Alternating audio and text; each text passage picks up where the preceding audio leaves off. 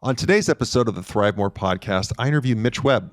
Mitch is a professional health coach, and he is going to share a lot of tips today on sleep and nutrition and exercise. But what I really found interesting was when he talked about trauma and how trauma, when it's not dealt with and it stays locked inside you, how that negatively affects a person's health, not just your mental health, but your physical health. So this one's pretty special. I think you're going to enjoy this. Mitch Webb is a former corporate sales executive turned integrated health coach. Mitch discovered his passion for health and wellness after battling a traumatic brain injury, Lyme disease, chronic fatigue, obesity, diabetes, a hormone imbalance, even a black mold infection from a home that he'd moved into.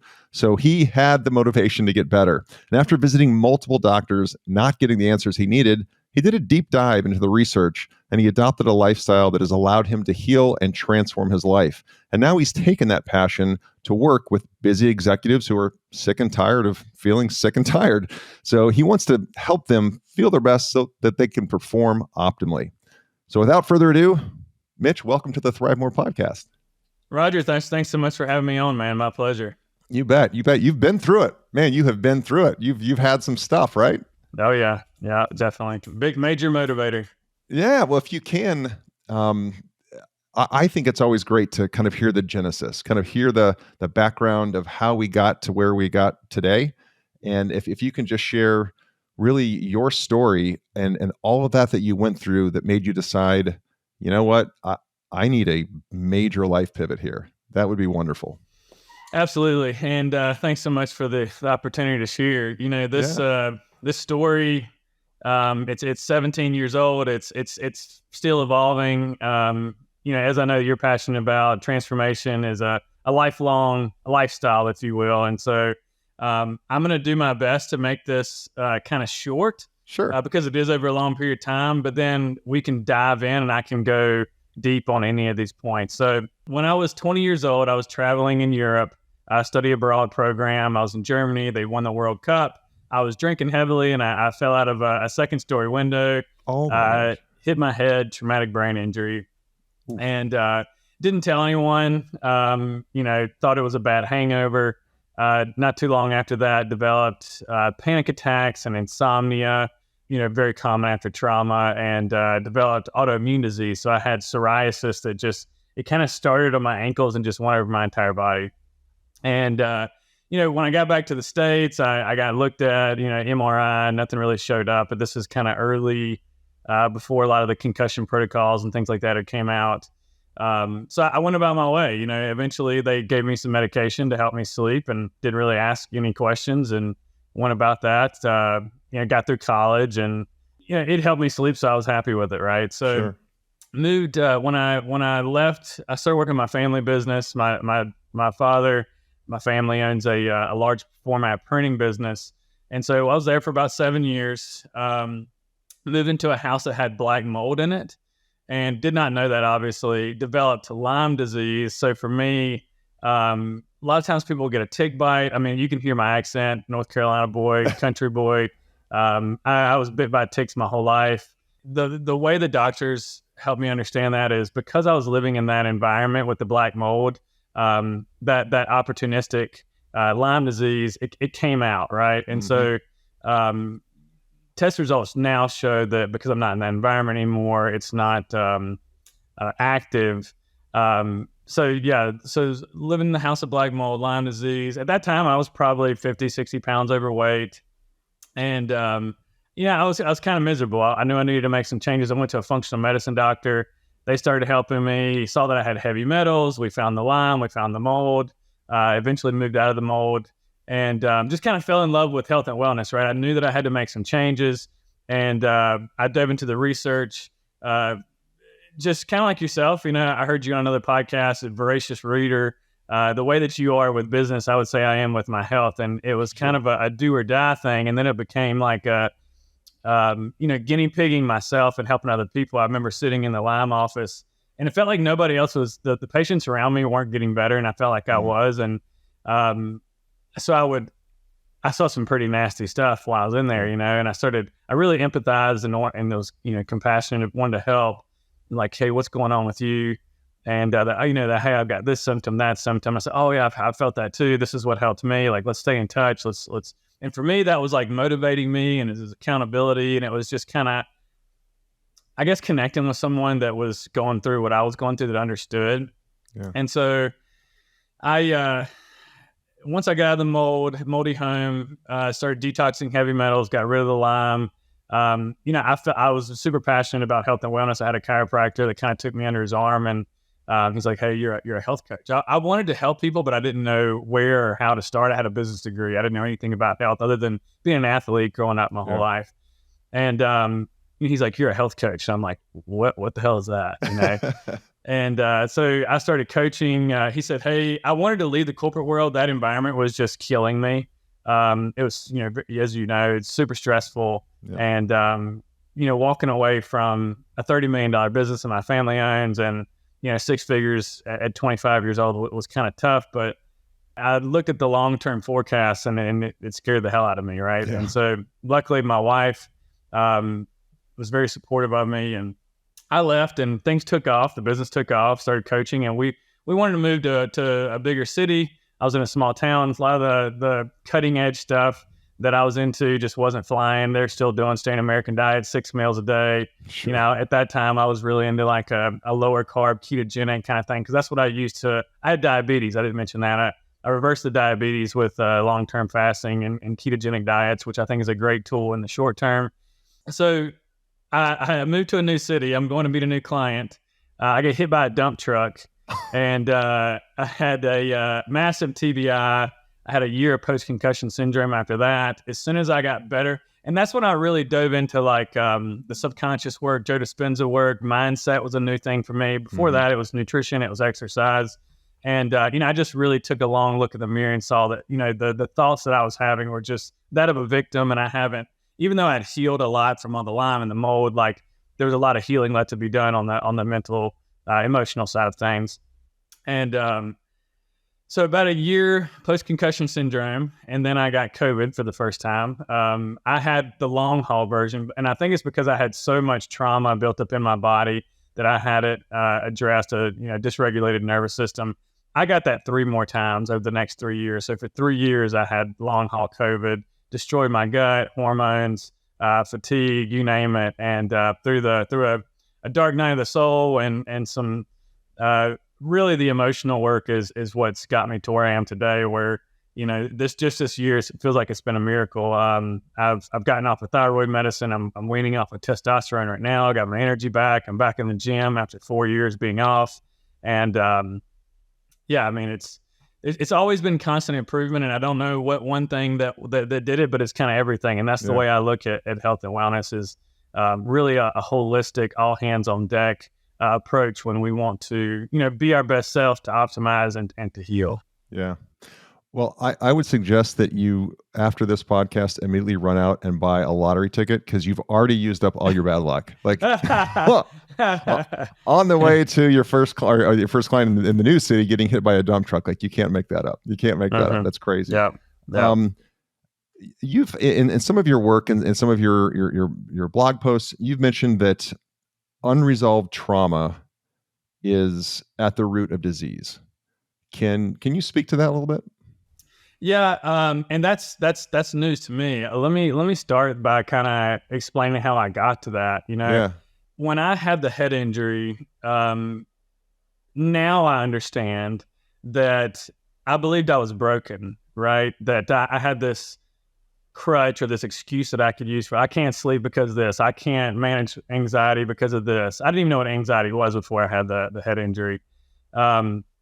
And I used this belief to try to fix something that wasn't broken. I assumed that I was broken, and I had an addiction of health, right? And you could say it's a healthy addiction, but it's an addiction because everything that I implemented, right, almost worked. The nutrition, the exercise, the lifestyle, the biohacking, the detoxes, the spiritual healing, the emotion, and it's like all these things helped and made me a really good coach and make me very empathetic and very understanding of what my clients are going through, and having a ton of different options and tools for so many different situations. But I didn't really make these big strides until I found out about the nervous system and trauma. And you've heard my story. There's so much trauma in there. We're not even going to throw in there, early childhood trauma, which everybody, is going to have some degree of, on top of all the shock traumas, the car accidents and things like that. Yeah. So about a year and a half ago, here in the Raleigh area where I'm at, we had a group we put together called Men on a Journey. So we meet on the second Thursdays of every month, and it's a place where men can get together to be open, to be vulnerable, to share what they're going through. And I was brought in as one of the the founders of the group, just me and two other guys, and it's kind of a funny story. Like the first two, I thought I was supposed to be like the health guru, right? Like, and at that time, and this shocks me now, I thought that that the mental health issues were a result of nutritional deficiencies, and I thought I was supposed to be the man, right, helping people, right? Yeah. And so the first two meetings that we had, I felt like crap. I was still going through COVID recovery, and I didn't show up. And on the third one, I still didn't feel good, but I showed up, and I noticed, what we asked people was, on a scale of 1 to 10, how are you feeling, right? And you can answer. You don't have to answer. You can just watch. You can say, hey, you put up your boundaries. I don't want advice today, whatever. And I was reading the book, The Body Keeps the Score. Are you familiar with that book? I'm not, no. So The Body Keeps the Score. It talks about how unresolved trauma, and I'm going to go into this a little bit more in detail here in a second, causes illness. Right? When we hold that energy in our body, it takes up space. Energy, illness, anything that I would put under the category of like dis-ease, right?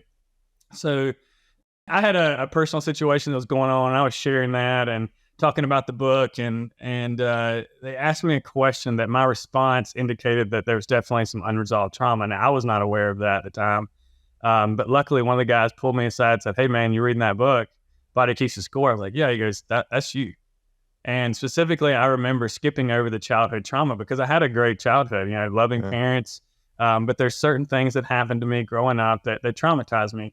And that dysregulation led to, these shock traumas later in life really throwing me off kilter because my nervous system was already dysregulated. So when I say trauma is the root of disease, it's not necessarily the trauma, it's the dysregulation that happens in the nervous system after we've experienced a trauma.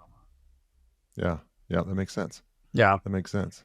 And, all of these things had worked until I started healing that. That's when all these amazing breakthroughs that I never thought were going to happen. And, we can go into a little bit more detail about that, but it's all about really going really slow and building capacity in the nervous system. I learned to be afraid of my physiology, right? If I had a night where I didn't sleep, if I had anxiety, that was scary. And I wanted to run as far away from that as I could. And through this process, I've learned that that's my greatest teacher, that's my best friend. And I had to befriend it, to lean into that pain, to find the healing that I was looking for. So now I know that if I have any kind of, I don't like the word negative emotions. If I have any kind of emotion that comes up, I want to feel it. You have to feel it to heal it, right? And so I had to learn to just sit with that pain, to ask it, what's it want to say? What's it want to express? Like, what did it not get to do that it wanted to do when the stress happened, right? So an example of what I mean by that is, say someone is being attacked, right? And they can't push anyone off. So they have fight, flight, freeze, or your nervous system reaction. So they can't fight because they're immobile. They can't run away because they're being held down. And so they go into what's called a freeze state. Okay. And so that means we shut down, and all that energy of, I want to push, I want to scream, I want to cry, I want to yell, that goes back into the system that gets stored in our body until we feel safe enough to let that out. Right. And so that trauma is causing all this dysregulation that causes these things, these symptoms, these syndromes that are unexplainable, like autoimmune. We've got a lot of that in our country, like fibromyalgia, like so many labels that you could have put on me through over the years. And thank God I was working with some great functional medicine doctors who I partner with when I'm working with clients if it's needed. You could have put a label on me and done surgery and gave me all kinds of medications because the symptoms changed because it was trauma. It wasn't a disease state. It's like, it kind of makes me think of, as an athlete, when somebody asks you, are you hurt or are you injured, right? Like, I never addressed the root, so that it was kind of jumping around. It was changing shapes and doing different things, if that makes sense. No, 100%. On this very podcast, I've had so many guests that, usually it's around business lessons or life lessons, but it's pain is the greatest teacher. It is bar none the best teacher, because your body, your mind is trying to get your attention and say something needs to change, or don't repeat that behavior. After getting hit on the head so many times, it's like, what do you want? And that would be a question that I would ask, sorts of higher powers, like, hey, what is it you're trying to teach me right now? Yeah. And it's funny, we'll be sitting in we all find ourselves sitting on a couch somewhere and just have this kind of ennui, this just sad feeling come over us, and we try to push that away or distract ourselves and numb ourselves, when really that's when you need to go deeper and like, why am I feeling this? There's a reason. Why am I feeling this? And it's fun. Once you get your arms around that, you have power over it. Absolutely. Yeah. It's like it is a superpower, right? And it's like, it makes sense now, but to somebody that's going through that dark night of the soul, like, that is your opportunity. That is your gift to heal and to change. Like, and if you really got kind of get into, I get into all kinds of avenues and crevices with health, and spent a lot of time with the metaphysical type of people that I've got a lot of benefit from. And they would say, like, that's your journey. That's you came here to learn that lesson. And, I would rather learn it here and do my work while I'm here than numbing and, taking the blue pill and going back to sleep. Like, I'm a 2 red pill kind of guy. I want to learn everything that I can about myself and my purpose. And just like your guest, Matt Daugherty, although I'm a Duke fan, pain to purpose. That's a big, I love that. I'm a big fan of that. Yep. For sure. Talk to me about how you support your clients. So you've, if I understand it correctly, you really focus on 4 pillars of health. One being, well, I'll let you speak to those, but kind of your 4 pillars, if you could, that would be great. So when I work with clients right now, it's one-on-one, and it is extremely individual, and it's always evolving, right? Because I am. And, I feel like I still haven't figured out how that I can help people. There's so many different ways, but, I tend to work with people that are executives like myself, because I can understand that world, the stress that goes on, and some of the goals that they have. And really, when I first started, like I mentioned earlier, it was nutrition, it was exercise. And I had like these sequential steps of, we do this first and we do this and we do this.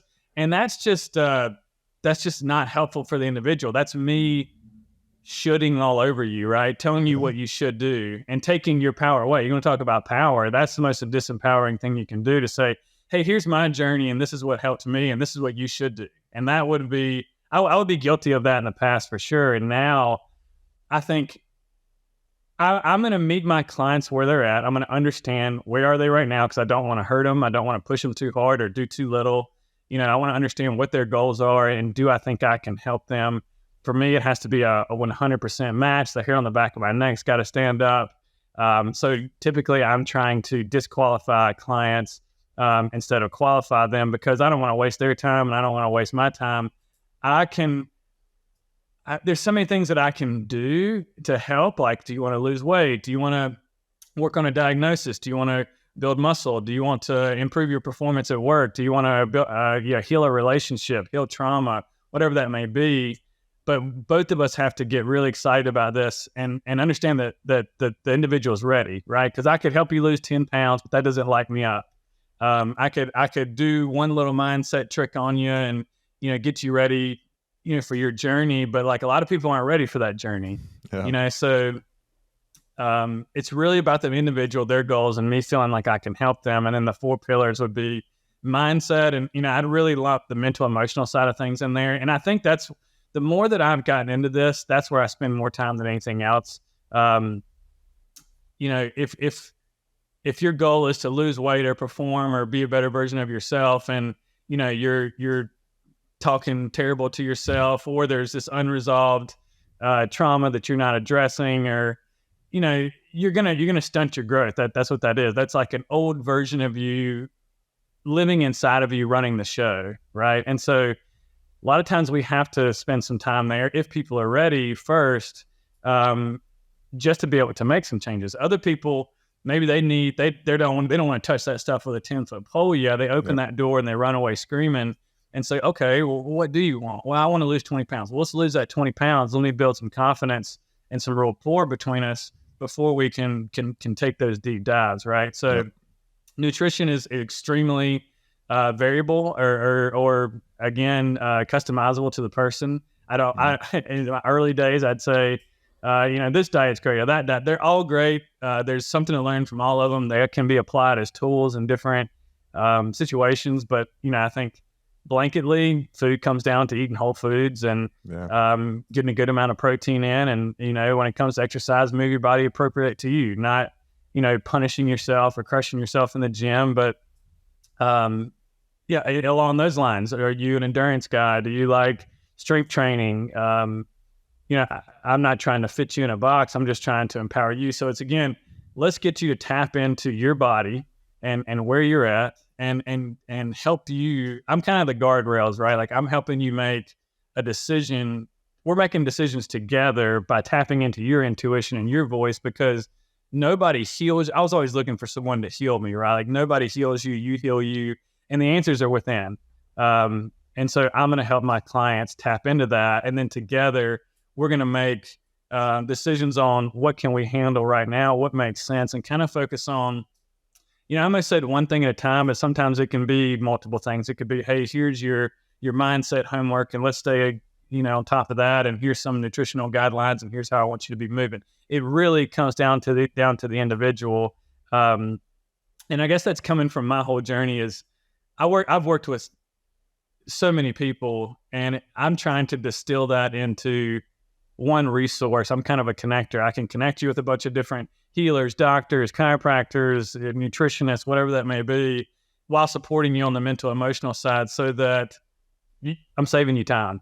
Yeah. It took me 17 years. I don't want anybody to have to do that. Sure. And not everybody is in the situation I was in, right? So it is very individual. So it's always hard for me to answer that question, but if you want to pick it apart, or if that's got it, just let me know. Mitch, you said something that really resonated, is the answer is within. The answer is always within, you said. And I so believe that, because I've seen that and witnessed that so many times. And you've said something else during this podcast a couple of times around victim mentality. And you were actually, you owned up and said, I was looking at myself as a victim. And man, we go nowhere. We're stuck in neutral if we're considering, we're going backwards if we consider ourselves a victim. We have to take power over that. So I love that you spoke to that. If we can, let's spend a little bit of time, because you have mindset, movement, nutrition, and lifestyle. And certainly we have an epidemic of obesity in our society. I mean, it's crazy. I mean, just walk around and you can't help but notice it. From what I've read and what I've studied, sugar seems to be now there could be trauma that is driving people towards, self-medicating with food, of course, and that's a whole nother conversation. But our food supply, itself, and sugar, that to me, that deserves a little time here, because you said, whole foods. And that's not what our country eats. We eat nothing but processed food. So can you kind of speak to that, and how I guess really the real question is how you get people to disengage with their addiction to sugar? Because that's not an easy thing to do. Yeah, I mean, sugar is a drug, right? Yeah. I'd also say that sugar is not, when we say sugar, let's define that as like table sugar, added sugar, not carbohydrates, right? Sure, refined sugar, yeah. Refined sugar. So things like, whole food, potatoes, fruits. I'd even throw juices in there, although it can be a little bit of a sugar bomb. It doesn't line up with our evolutionary DNA, right? Like, so humans aren't meant to eat these massive quantities of sugar. Now, you could argue a caveman comes across a honey bee hive, he's going to go to town. That's a lot of caloric energy, and they're probably Sure. going to take a nap that afternoon, but that's not something that happens all the time, Yeah. and I would say having the occasional indulgence is completely fine if you're hitting your goals and you're moving. But for most people, that's not the case. And you mentioned, we're not moving either. We're easily sitting for 18, 20 hours a day, and then we're eating these hyper palatable foods that override the pleasure centers in our brain and tell us to eat more. And we've got these foods, these bastardized foods, all over the place, like on every food corner. And so it's really easy to sit and not eat and crave certain foods. You mentioned the emotional component. Absolutely, we use drugs and alcohol and food and all these things to numb and override what we're feeling. And so, sugar is a problem because over time it leads to a lot of metabolic issues. We've got a major 88% of Americans are metabolically unhealthy, and we saw a big impact with that when it came to the COVID stuff a couple of years ago. So I think that's on a lot of people's radars, and sugar is, it's, I don't want to call it like the devil, but it's right up to you. You got to understand what it is and when to have some and when not. And, I'm a big fan that you hear the 80-20 stuff out there. I'm more of like a 93-7 guy, like eat clean most of the time. And then those treats, if I was 80-20, say if I'm eating 4 or 5 meals in a day, well, that's one meal a day, right? So Yeah. I'm more of a fan of the 93-7 and understanding where you're at. And there's nothing wrong with having some sugar here and there, but we want to look at the big long-term goals and understand where we're at in order to do that. Yeah. You talked about sitting, and I would use the word epidemic again, because we sit all day long. We sit all day long. We sit at work, we sit at home, and there's a quote now, going around that sitting is the new smoking. And I would love for you to kind of speak to that and what you've learned about sitting and how that negatively impacts our life. Oh yeah. I mean, I love, if we think about it, we're sitting for 20 plus hours a day, right? So you're sleeping 8 hours, you're sitting for meals, you're sitting in the car on the way to and from work, you're sitting in front of the TV at night, you're sitting at your job likely throughout the day. And then we think that we can go hit the gym for an hour and mitigate that. And one of my studies I like to reference, I think it was Dr. Mercola shared this a couple of years ago. But they had 2 groups of people. They're desk workers. They're sitting for 18 hours a day at their job. One group doesn't work out. The other one works out 7 days a week for an hour, right? And they showed that 1 hour doesn't mitigate the 18 hours a day. So it's not like we can go and punish ourselves for 60 minutes for sitting all day long. And so it's going to drive obesity. It's going to drive all different types of posture issues, inflammation, and just fluids sitting in the body, right? Sluggish lymphatic system, sluggish detox. I can see your liver and your kidneys backing up pretty easily. And when it comes to, that's one of the first things I do with my clients is getting them moving more. And if you're I have them shoot for 10,000 steps a day, and working with me, like I said, it's very individual. So some people want a workout program, and that's going to fit very well with the movement. But if you're getting 10,000 steps a day, the exercise is just icing on the cake, right? Yep. And I don't like to say, hey, let's just do it a morning walk and an evening walk. How do we infuse that into our day and try to move every hour? Even for 10 to 15 seconds an hour can be really helpful. So it's that's something that my clients are doing, is parking further away, taking the stairs, being mindful of their steps, and infusing that into their lifestyle. And I even have an example here recently where I mentioned I wasn't exercising for about 4 years, and have recently got back into it. And I was powerlifting, and I was lifting like crazy heavy 3 times a week, and just like nursing those, recovering and some of the joint stuff that was coming up. I found myself, I was just lifting and recovering. So I wasn't moving as much as I like to. And I hurt my knee, and I wasn't able to lift. And I just realized, like, oh man, I haven't been moving near as much as I have. And in the past 3 or 4 weeks, I've really made an effort, my wife and I as well, to move more. And I've went from probably hitting about 15, 20,000 steps a day. And the amount of energy shift from just doing that is immense. So it's just moving more is something you can do to help you look, feel, and perform better all the way around.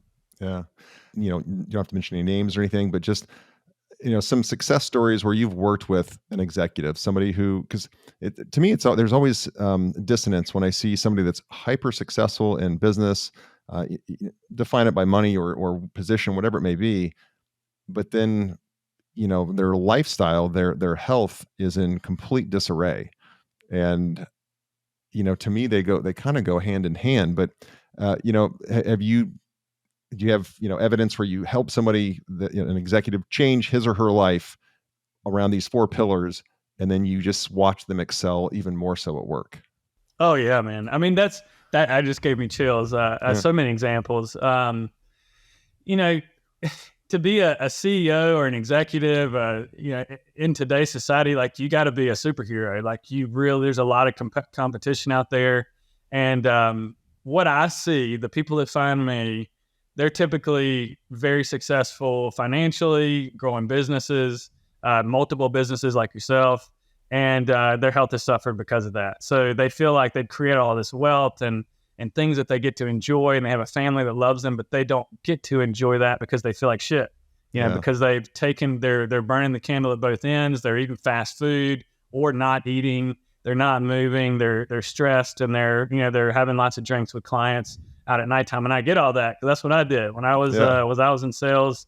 I was the entertainer, right? Like, I clients would come in and I took them out, and I was up, till 3:00 in the morning, and then back at the office with coffee at 8:00 in the morning. Right. So, I get that. And so what you see is we really gotta, I love it. These guys come in and they're still crushing it. That's the crazy thing, is like, look what you're doing, even though your health is terrible. Right. So it's like, they're ready to focus on themselves.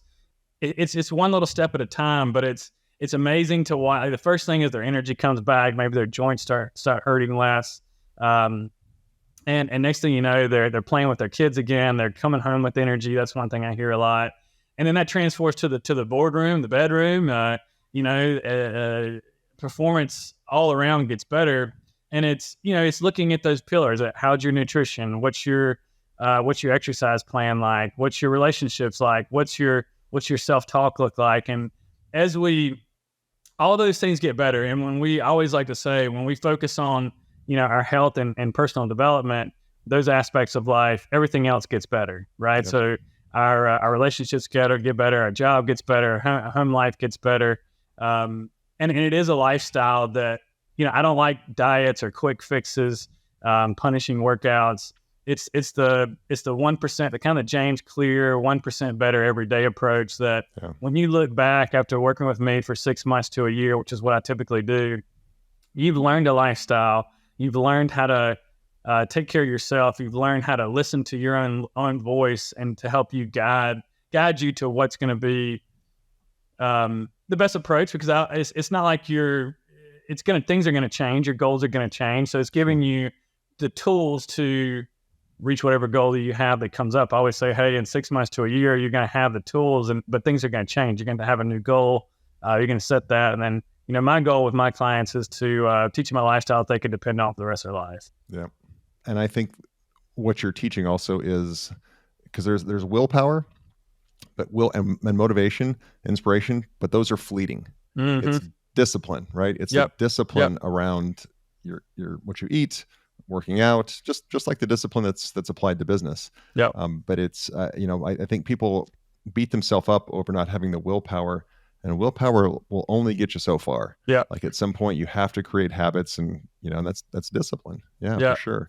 Was it Jocko? Discipline equals freedom. Yeah. Exactly. Yeah, but these guys, I always tell them, like, the willpower that it takes to create the businesses and the life and the careers that you've already done. Like, you give me 1% of that, we can change your life when it comes to your health. Oh, I love that. Yeah, I love that. Last deep dive here, if we can, sleep. So, there's more and more coming out about sleep and the importance of sleep, yet it's probably one of the first things that we'll readily sacrifice and say, well, I'm only going to be able to get 4 hours tonight because I got this big project or this big meeting or, whatever. And we almost toss it away like it's not vital, yet it's 100, so can you speak to that? Oh yeah, I mean, especially someone who has had insomnia for years. I've I definitely know the benefits of sleep, and when you're not, what is it, the commercial? You're not yourself when you don't sleep. Your IQ goes down, and stress is up. Talk about and stress is the big underlying cause of a lot of disease and inflammation and aging, right? So yeah, well, I mean, we want to prioritize our sleep as much as possible. I'd also say, well, the caveat of that, without like going too hard on it, right? I know that whenever I brought all these gadgets in the room and I'm tracking and measuring and obsessing, that adds stress right there, Yes. and can make you sleep poorly as well, right? So it's really just the basics. One thing I think of is like 10, 3, 2, 1, 10 hours before bed, no coffee, 3 hours before bed, stop eating, 2 hours before bed, stop the work, and then 1 hour before bed, like turn the lights off, right? And along those lines, like the circadian rhythm is a big thing for me. So we talked about movement, like just getting outside, putting your bare feet on the ground, doing some earthing. That reduces inflammation and helps with your circadian rhythm, as well as getting sun in your eyes first thing in the morning is one of the best things you can do for sleep later in the day, right? And then at nighttime, blocking that blue light that we have on screens and TVs and things like that, and having some sort of calm down routine to help you regulate and prepare you for sleep. And certainly there's supplements and things like that, but I tend to think that the body has everything that it needs if we know how to regulate throughout the day, right? So going to sleep at night requires, little stress, right? So if we've got the stress that is building all day long, like I'll hear my clients say, I get home at the end of the day and I've been carrying this stress all day. Well, if you're carrying it all day long, you can't just dump it off at night. This is something, it's like a boat that's got water coming in, right? Like you got to get that water out. Yeah. And we can do that with these little exercises that I like to bring in throughout the day, just to notice, to be with, and to release these emotions, these stressors that are coming in, so that we're not adding more traumatic stress, or we're not accumulating stress throughout the day. We can release that. It's something that we're meant to do as humans. It's just our society has taught us to suck it up, buttercup, to push it down, to ignore it. And, if you ever lay to bed trying to fall asleep and you're staring at the ceiling, that's the dysregulation from the day showing up and letting you know, like, hey, I need some attention here. Yeah. So there's little things that we can do throughout the day: exercise, movement, getting outside, taking a breath, lots of different neurosensory exercise that I share with my clients to help notice and release that, so that when it's time to fall asleep at nighttime, it's a lot easier. I just want to rewind for a second, because you mentioned earthing. It's also referred to as grounding. And I had heard about it and read some about it. And I practice it. I try to practice as often as I can. But the light bulb went off for me when whoever I was listening to, challenged the listeners to think of the last time that you had your bare feet on real soil or grass or sand, whatever. And Mitch, I literally could not think of the last time that I was barefoot, because we kind of, we put our shoes on, we go in the garage, we get in our car, we go to work, come home, change into our gym shoes, we still have shoes on. Then I walk around the house barefoot, but not outside. And I looked at the research and it's solid. Like, you need to spend time barefoot on the ground, and so if you can just kind of talk to the benefits of that, and what you've seen and what you've learned, I'd love that. Oh yeah. There's a great documentary. It's either called Grounding or Earthing. I think it's Earthing that people can check out there. And one thing that I remember from that is there was an Indian girl that they were talking about who was really sick. They couldn't figure out what was going on. And one of the medicine mans dug a hole and buried her in the sand and left her there for 24 hours, and she got better, right? And they said that one of the worst inventions of our society is shoes, right? We put on these shoes that have rubber that blocks the frequency that comes off the earth surface, called the Schumann resonance, that reduces inflammation. I think it's we dump neutrons and we dump electrons and bring in protons, right? And so we accumulate these electrons from living in these environments with Wi-Fi and cell phones and different radio signals and things like that. I actually had a really tough time. I was EMF sensitive. I lived in a home. When we moved to Durham, it was wired improperly, and there was all kinds of, going from living in the country to moving into the city, there's all kinds of EMS floating around, and you could call me a tinfoil hat wearing type of person. But I remember I moved to that house and I couldn't sleep. I could not fall asleep. I'd had trouble waking up in the middle of the night before. But when I moved to this house, I couldn't sleep, period. And I knew I'd been looking at people like Dr. Mercola, and then what's the other guy? I'm blanking on his name, but there's a lot of good information out there. And I was talking to my doctor, and she's like, have you checked the EMF? I was like, I was thinking the same thing. So I had a specialist come out, building biologist, and he had a headache walking into the house. He was very EMF sensitive. And when we went in our bedroom, which is what you want to protect the most, the levels were off the charts. He's like, you got to get out of here. And so we mitigated it. There's a lot of things that you can do. There is a book called The Tinfoil Hat Wearing Something. There's lots of simple things like turn your phone on airplane mode, turn your Wi-Fi router off at nighttime. But the earthing, it dumps all of that charge that we accumulate from the day. So like 15 minutes a day, 15 to 30 minutes, or 15 minutes at a time does the trick, right? And I remember going to a health seminar at some point, and there's this Dr. Sinatra, I believe his name, he's a heart doctor. And what changed my mind is he showed a slide of somebody's blood that had been bathing in our typical environment. I'm not saying that Wi-Fi is bad. I'm saying we need to learn how to work with it in a smart way, in a healthy way, and mitigate that. And so they were showing the blood of someone who'd been in that kind of environment that we're all in, and it was like coagulated. It was thick. It was really gross looking. It was like ketchup. And then they had him go walk around in bare feet for 15 minutes, and went right back to normal. Right. So we have all these things. It seems so simple, but it seems kind of kooky, I guess, if we're living in the society. We've got Wi-Fi and we've got internet and we've got all these cool things that we can order. Google or Amazon ships packets to our door that, we can heal ourselves just by going outside and getting some fresh air. But it's certainly a fact. And one thing I'll share with the listeners is, you don't have to take your shoes off and go walk around barefoot. You can get these grounding straps on Amazon for $5. All of my clients, whenever they sign up, I send them a welcome package, and they get a little grounding strap that you can put around your shoe. So the asphalt's not going to be conductive, but sidewalks are going to be okay. Concrete's fine.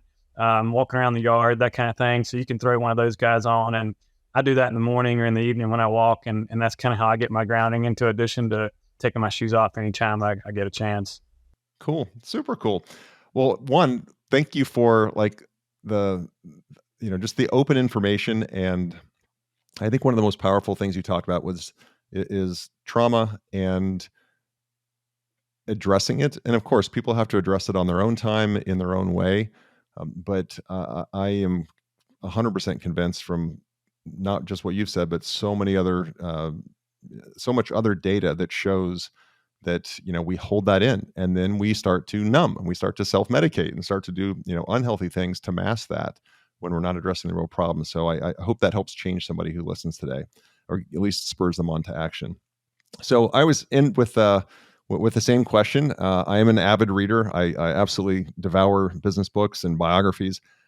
What book, especially based on what we've talked about today, what book would you recommend to the listeners that could start their journey, or maybe restart their journey, that really helped you? In which direction? In health in general, and like the nervous system stuff, and more like nutrition, exercise, mind, like what? Any particular one, or just throw one out? Yeah, I think just throw one out that you think would be compelling enough that would kickstart that journey. That they wouldn't just sit that book down and go, well, that was interesting. Now I got to go read some more about this and read some more about that, because it really made me think. Yeah, I really like The Body Keeps the Score. That was that highlights the ACE study of early childhood trauma and how that affects us. I think that's a really good one. Who's the author? Do you know? I can't spit it off the top of my head. We'll put it. We'll figure it out. We'll find out. And we'll put it in the show notes. So it'll be in the show notes when we. The Body Keeps the Score is a couple I'm going to throw out. So The Body Keeps the Score is a really good one. I'm a big fan of Dr. Joe Dispenza, and what is his? One is Becoming Supernatural is one that he's got, and then Gabor Mate is one that I'm really getting into. When the Body Says No, that really talks about how early childhood trauma and trauma in general leads to illness. So two of those that pair really well together. That's what I've been interested in. So people are really looking at the nervous system stuff. Great books to spark that interest, to take a deeper dive if you're interested. Awesome. And then thank you for that. And then just as important, Mitch, how can people find you? How can they get in touch with you if they want to enlist your services? How do they do that? Yeah, I appreciate that. MitchWebb.com is my website, and there's a form on there where you can reach out. I'm on Instagram at KMitchWebb and LinkedIn. I've been taking a little bit of a break over the last couple of months to work on my mental health and to work on the trauma stuff that was coming up for me, which is it's a very rewarding, but it's tough. And so there's a point where I was working on all the shoulds that I was telling myself, and looking at social media, there's a lot of people telling you what you should do, and that was triggering for me. And so I had to get off and really just reflect on work on me. And now I've after about 3 months off, I'm ready to come back here really soon. I've got a lot of really cool content, and that's one of the reasons why I wanted to come on the podcast. So I appreciate you having me on there. So if anybody, any listeners of the show, free consultation. If you want to reach out, you can do that on the website to do just a consultation call. I'm not going to try to sell you anything. Really just want to understand where you're at, what your goals are, and see if it'd be a good opportunity for us to partner together. Super cool. We'll put that also in the show notes, your website. Well, one, thank you for your time, but two, most importantly, thank you for your expertise and just, man, your passion behind this is so clear. And when you talk about it, you light up, and it's great to see. Like you've really embraced this, and I think you are doing exactly what you were put here to do. So thank you. Thank you, Roger. I really appreciate the opportunity to share that, man. You bet. Thank you so much for tuning into the ThriveMore podcast. Don't forget to take a look at the show notes for any resources mentioned during the show. And if you haven't already, be sure to hit the subscribe button and turn on your notifications so you have access to the latest and the greatest. I'd also like to remind you to check out our website, ThriveMoreBrands.com. There you'll find information on the brands we support and information on franchising. Thank you again for tuning in, and until next time, always remember to set your intentions for the day and strive to thrive.